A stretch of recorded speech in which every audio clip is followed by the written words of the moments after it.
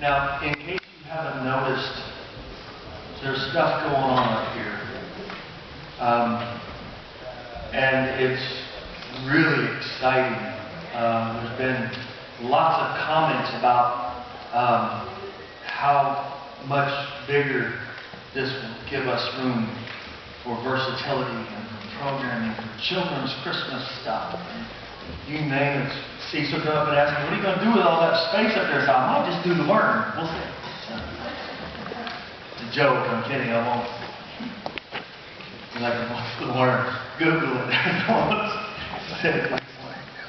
Yeah. I grew up singing an old hymn. The chorus goes like this. If you know it, sing with me.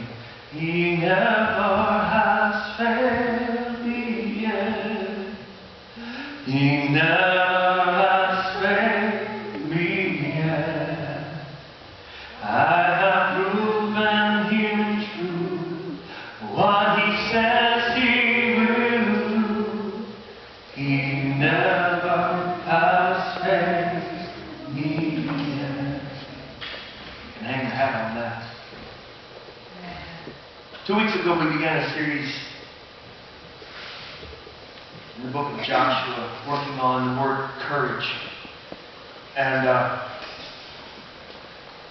it's an amazing word. We're going to be in Joshua chapter 4. And if you want to go ahead and turn in your Bibles to Joshua chapter 4, paper form, electronic form. If you don't have the Bible app, I'll talk long enough before we get there. You can download the app maybe. But I want to just recap a little bit about where we've come so far. First off, the definition for courage is real simple. It's mental or moral strength to venture, to persevere, to withstand danger and fear and difficulty. Mental or moral strength to venture, to persevere, and withstand danger, fear, and difficulty. And what's important about courage is that you can be scared and move forward encouraged at the same time. And I love that about the word courage. Joshua was a great story for us. 2 weeks ago we began talking about the subject of courage to stand, and how in chapter 1 the Lord instilled courage under the feet of Joshua through 5 avenues. And if you don't remember the 5 avenues, come see me if you don't have your notes. We'd love to share about that. But it's the same 5 avenues in which the Lord instills courage into us. And so I would hope that you would have that. Last week we talked about courage to step. And if you remember last week we were talking about chapter 3 and how the people of Israel were standing on the other side of the Jordan River. And the Lord was saying, in the morning I want you to step into the Jordan River and across the Jordan River into the Promised Land. Last week's power statement was real simple. When the Lord goes first, and when we step in faith, supernatural things happen. When the Lord goes first, and when we step in faith, supernatural things happen. We talked about how Promised Land is, and how we all have a Promised Land. Sometimes it's a different vocation. Sometimes it comes in financial stability or independence. Sometimes it's a change in living lifestyles. And there's always a Jordan River that you have to step into to get to the other side. But the truth of the matter is that when the Lord is first, when we step in faith, the supernatural things happen. We talked about how the Lord stood the river up, and the people of Israel all walked across on dry land. So today we're going to be in chapter 4, and I want to read it for us in its entirety. It's good reading, and it's good stuff. Okay, so if you want to follow along, then by all means I would encourage you to do so.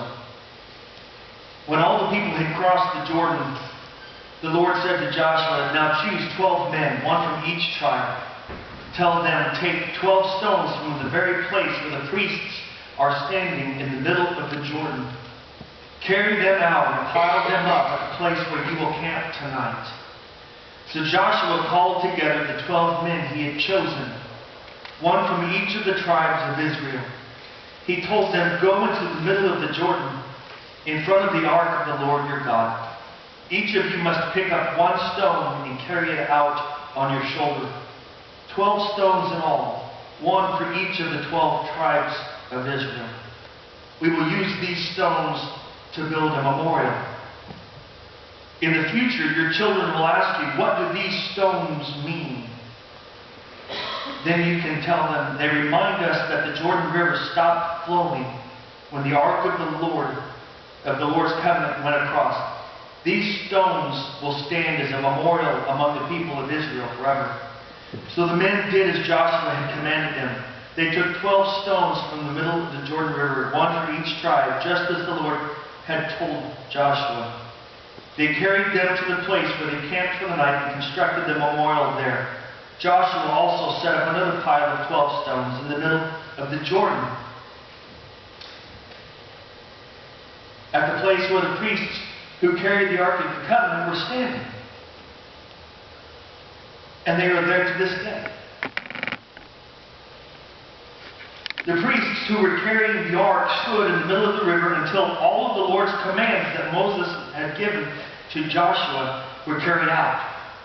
Meanwhile, the people hurried across the riverbed." Pause for a second. That almost tells me that the priority was the one in the Ark of the Covenant into the new land. And by the way, an added bonus is y'all get to come in too.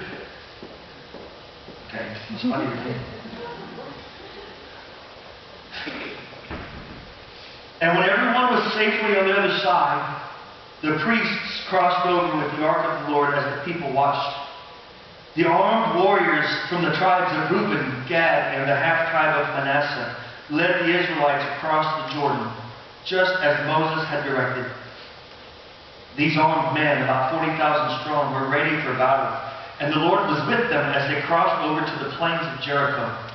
That day the Lord made Joshua a great leader in the eyes of all the Israelites. And for the rest of his life they revered him as much as they had revered Moses. The Lord had said to Joshua, "Command the priests carrying the Ark of the Covenant to come up out of the riverbed." So Joshua gave the command.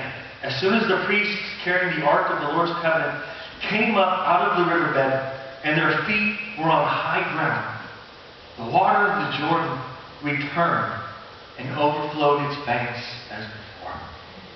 Cool. The people crossed the Jordan on the 10th day of the first month. Then they camped at Gilgal, just east of Jericho. It was there at Gilgal that Joshua piled up the 12 stones taken from the Jordan River.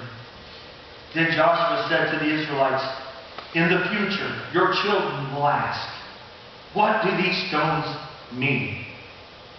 Then you can tell them, 'This is where the Israelites crossed the Jordan on dry ground. For the Lord your God dried up the riverbed before your eyes, and he kept it dry until you were all across, just as he did at the Red Sea.'" Anybody pick up on that? When he dried it up until we had all crossed over. He did this so all the nations of the earth might know that the Lord's hand is powerful, and so you might fear the Lord your God forever. Father God in heaven, this is your word. Father, it's so powerful. God, would you speak? Would you do what you want to do? And dear God, may we follow. In Jesus' name, everybody said.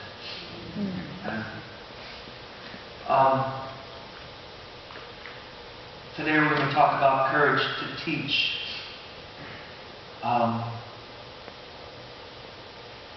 Courage to teach.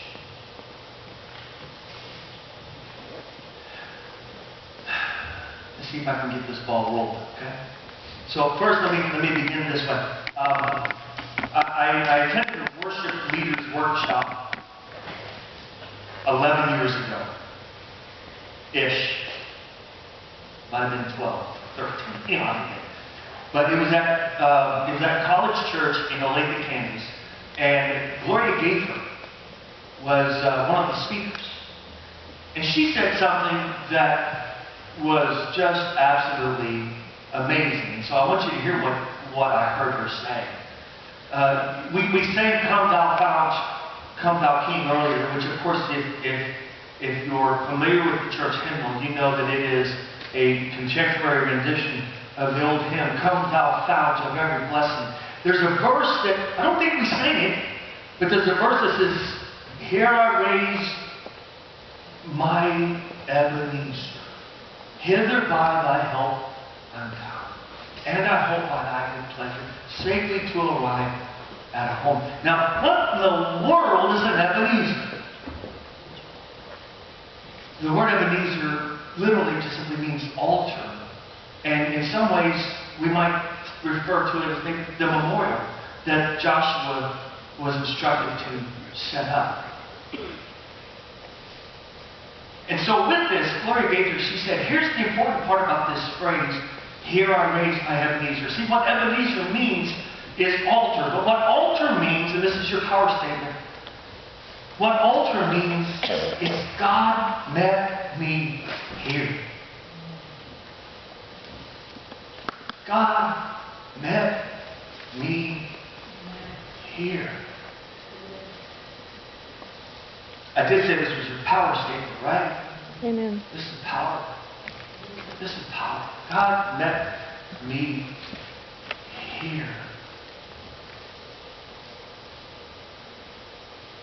So I have 4 points to share with you, and I'm going to try to be on task. Pray for me, will you? I've got 4 points to share, and then I've got a bonus. Sounds like a test back in high school. 4 questions and a bonus question at the end with extra points. If you're taking notes, the first teaching point is this. God knew this would be a teaching moment. God knew this would be a teaching moment. How do we know this? Because back in chapter 3, verse 12, I believe it was, that's where the Lord says, Joshua, go ahead and pick out 12 men. You haven't crossed the Jordan yet, but I want you to pick out 12 men. Have them ready. You know what that tells me? That tells me that the Lord knows that there's something going to be on the other side where they need to be ready to go. So I want you to be ready to act on the other side of this Jordan River. Whenever you enter into the promised land, there's a teaching moment coming. Now, how does that apply to us? Real simple. We all enter into a Jordan River at some point in time. And in every Jordan River, God knows there's a teaching moment there. Sometimes the teaching moment is for us. Sometimes that teaching moment is for somebody who's following us and watching us. Sometimes that teaching moment is not necessarily for us, but it's how we work through that teaching moment as somebody behind us, like our children, the people we work with, the people we hang with. They might actually learn something by watching you go through your Jordan River. So the first thing we need to know about this is beautiful. That's that God knew there was a teaching moment coming. The second one is real simple. Joshua built an altar on the other side of the Jordan. After he had gone through his Jordan, after he had stepped through this dried up riverbed, looking at this huge wall of water and big mouth bass staring at us, he built an altar. And he didn't just use the rocks that were already on the shore. He chose rocks that were already worn, smooth. These rocks had already been worn smooth, just slick. These are rocks that had been enduring the beatings of the Jordan River. And as they pulled these rocks up, and by the way, they were not little ones, they were big enough to put on your shoulder, right? And as they carried them out, and they stacked these rocks to make this altar out of 12 huge stones, this was a memorial to say, God brought me through. God brought me through. God met me here on the other side of my Jordan River. On the other side of my supernatural thing that God did, because the Lord's ark went first and I followed in faith. Something supernatural happened, and I'm going to put a big old huge altar right here that says, God met me here. He brought me through it. How cool is that? Third point was that Joshua built an altar right in the middle of the Jordan. And it's really, I don't know, I kind of scratched my head, kind of like I'm doing that.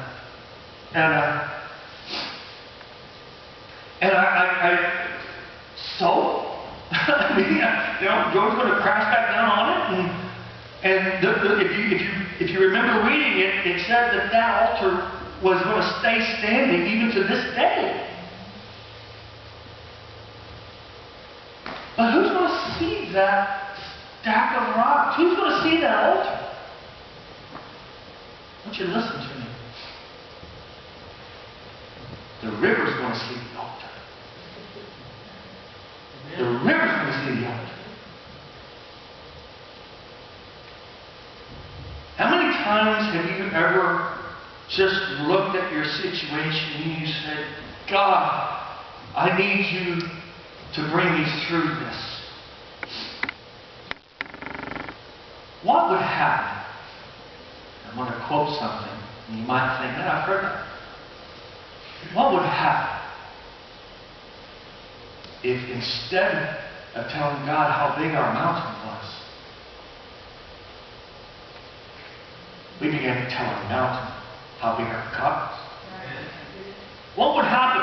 You build this altar right there in the middle of the Jordan River, where the ark of the Lord went first, and we stepped in faith, and something supernatural happened in the middle of our story. And in so doing, we're going to build an altar right here in the middle of the Jordan River on dry ground, and we're going to say to the river, to my stuff, to my troubles, the Lord met me here in spite of you.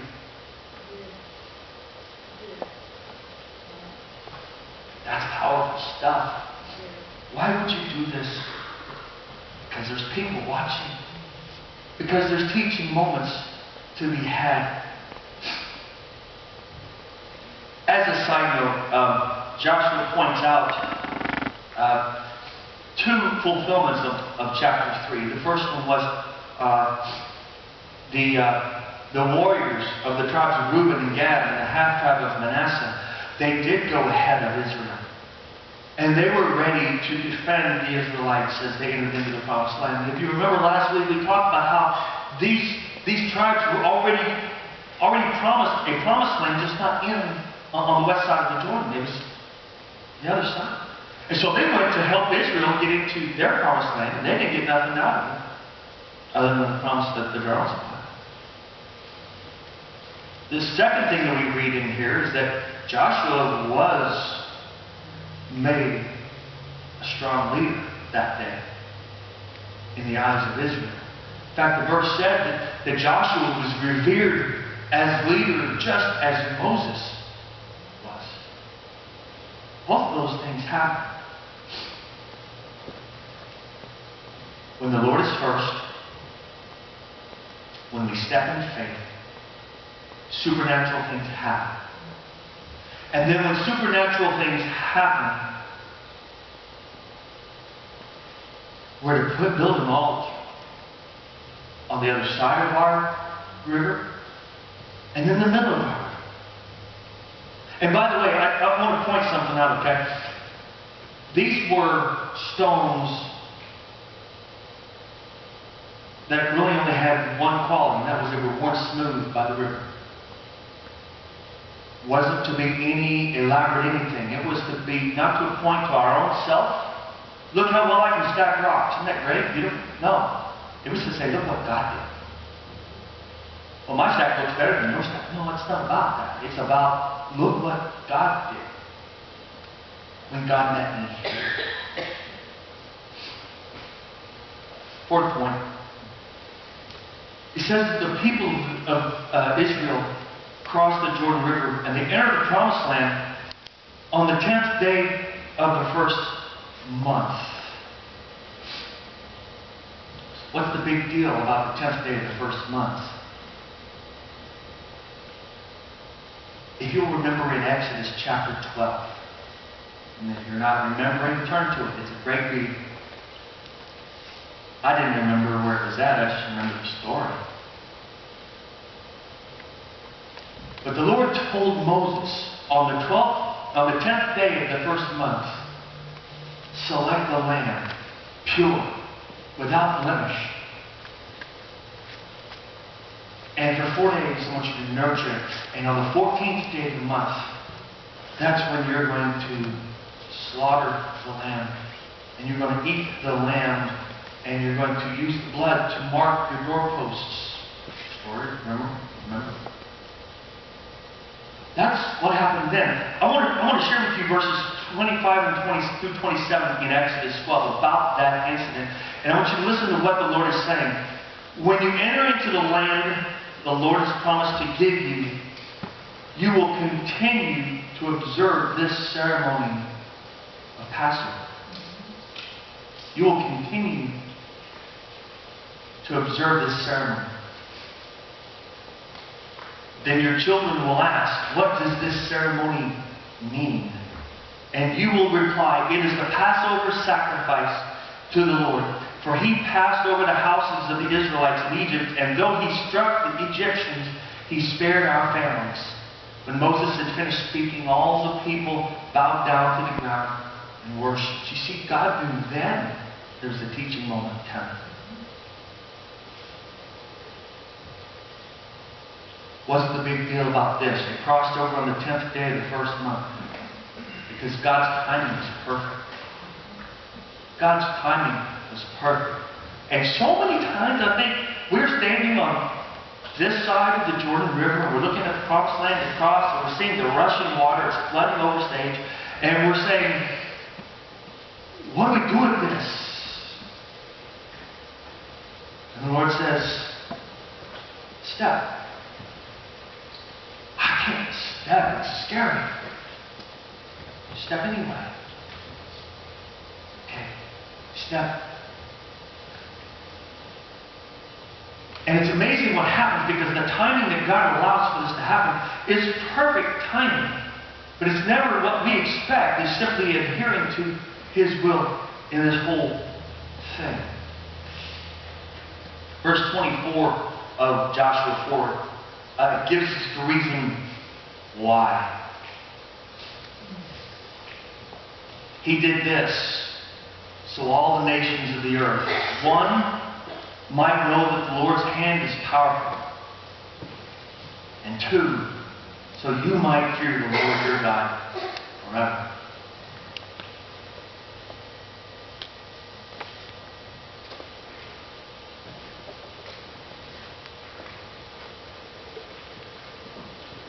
How do I say this? We don't like teaching moments, do we? Generally, we like, I don't want to pray for patience because the Lord's going to tell me how to do it.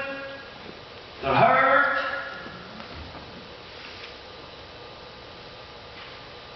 Builds character, right? We tend to not like teaching moments. The fact of the matter is that the Lord is all about teaching. About drawing us closer to Himself. And everywhere that He goes, whenever we cross over the Jordan River, when we enter into whatever promised land that we're in, and we build an altar that says, God, you brought me through my Jordan, you brought me through it, and you met me here, and Lord, you met me here. This brings up a pretty interesting question for me.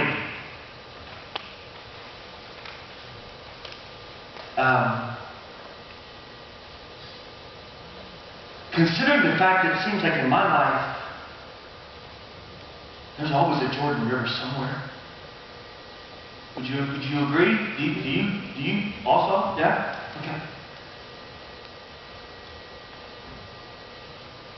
And just as there's the Jordan River, you cross the Jordan River, you get to the other side, the truth of the matter is, there should be an altar where you say, God met me here. There should be an altar there that says, God, you brought me through, and Lord, you have presented me into this promised land. You have brought me through my trial, my turmoil. You have delivered me into this place, this space. And it's not just one altar, because Joshua didn't just build one altar. He built thousands. God met me here. God met me here. God met me here. God met me over there. God met me over there. God met me there. God met me upstairs. God met me in my bedroom. God met me. Seems to tell me that Joshua had it right. Joshua built a lot of altars. A lot of altars. And the reason why he built a lot of altars was because he told everybody, through building the altars, God met me here. God met me here. And God met me here. And God met me here. He met me in the middle of my Jordan River, in the middle of my junk, but He also met me whenever it came to fruition and He did something supernatural and amazing.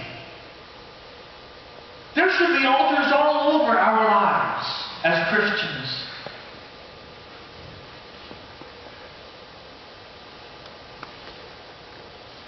One of my favorite stories in Scripture is Luke chapter 22. Jesus is talking to His disciples at the Last Supper, and He shares a scripture. He shares a comment to Peter, and He says this, verses 31 and 32. He says, Simon, Satan has demanded permission to sift you like wheat. But I pray for you that your faith will not fail, and that when you return, you will strengthen your brothers. In other words, you're going to go into a Jordan River. You're going to go into a really hard time. But when you come out, I want you to be able to teach somebody else because of how you traveled through that. Does that make sense? Okay. Final story, then I'm done. Okay?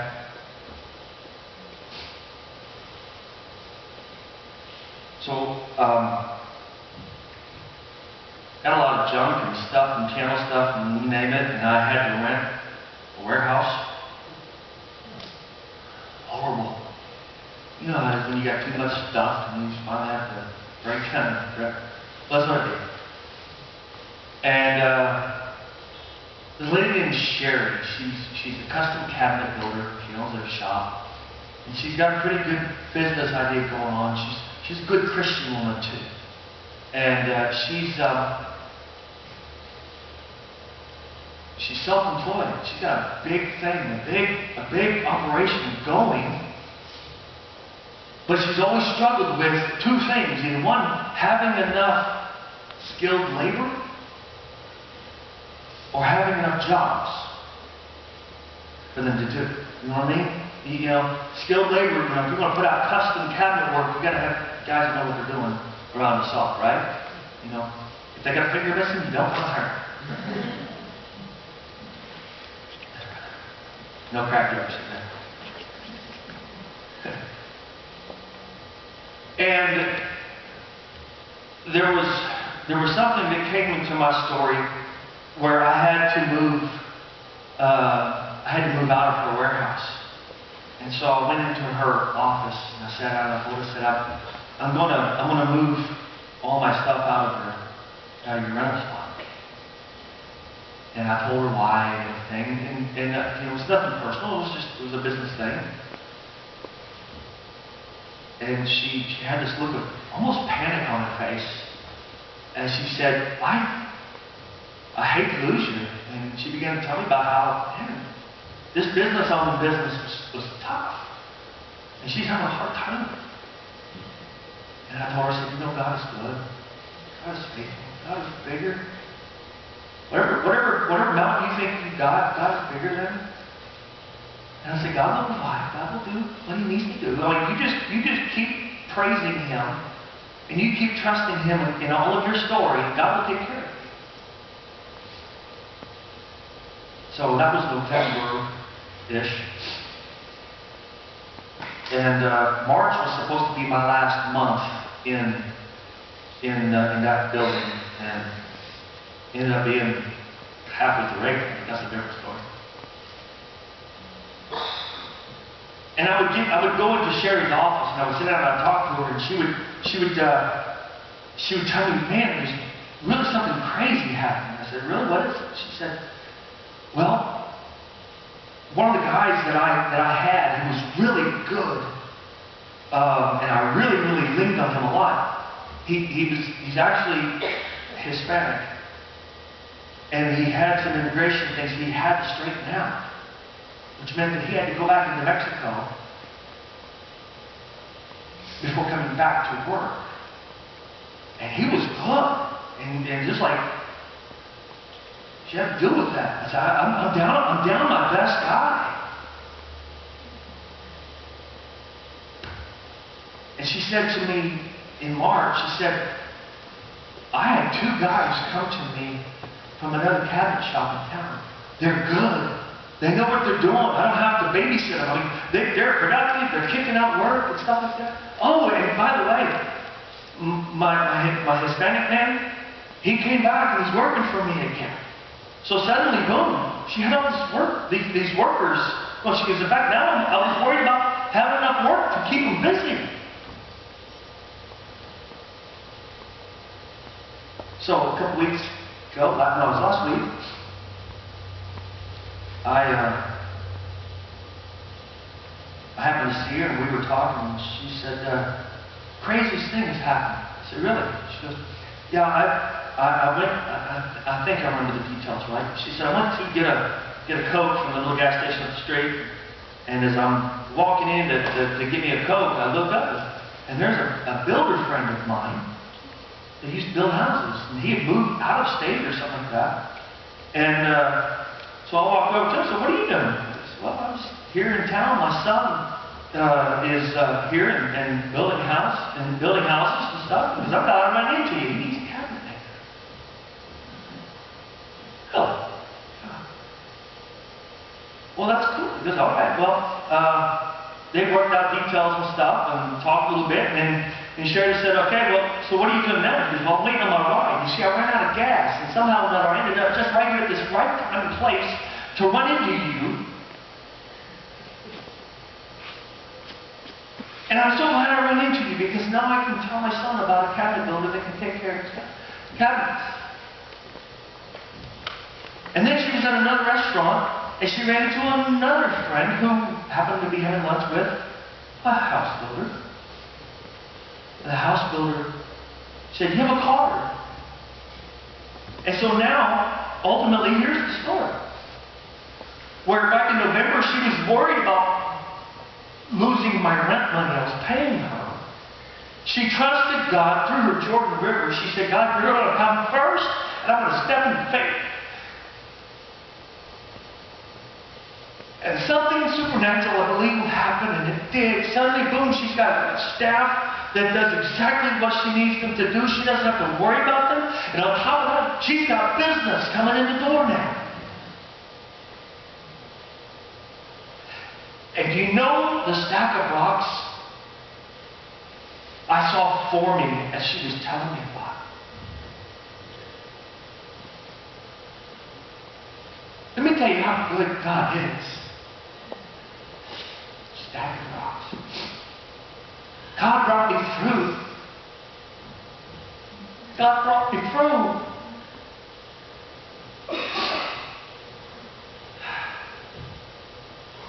I guess my thing is real simple. As Christians, there should be altars everywhere in our life. There should be altars everywhere in our life that say, God met me here, God met me here, God met me here, God met me here. What does that look like? Maybe how you speak to people. How you share and express things. One place, social media. Social media. God has brought me through. And I also want to warn you, because you see, social media is also a place where you can kick altars over. It's the truth. You can kick altars over real easily. God met me here, but so-and-so did something that was horrible.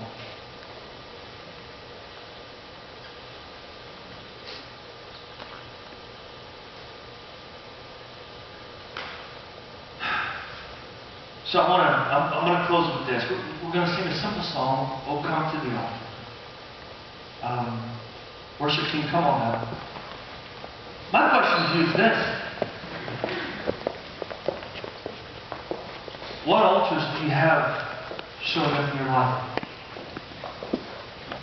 For me, I want there to be signs that God met me here everywhere. In my home, in my marriage, in my children, in my church. God met me here. In fact, I'm going to tell you this. I want to be desperate for that. God, would you meet me? God, would you meet me? I see what happens. Would you stand, let's pray together. Father in heaven, thank you for the Jordan River. Thank you for bringing us through. Thank you for how you provide. Jesus, may there be altars in our lives that say to the world around us, God met me here. God provided for my needs. God took care of me. Could be right now you're looking at a Jordan River that looks to be uncrossable. Would you step by faith into it, and then would you determine that your God is bigger than your river?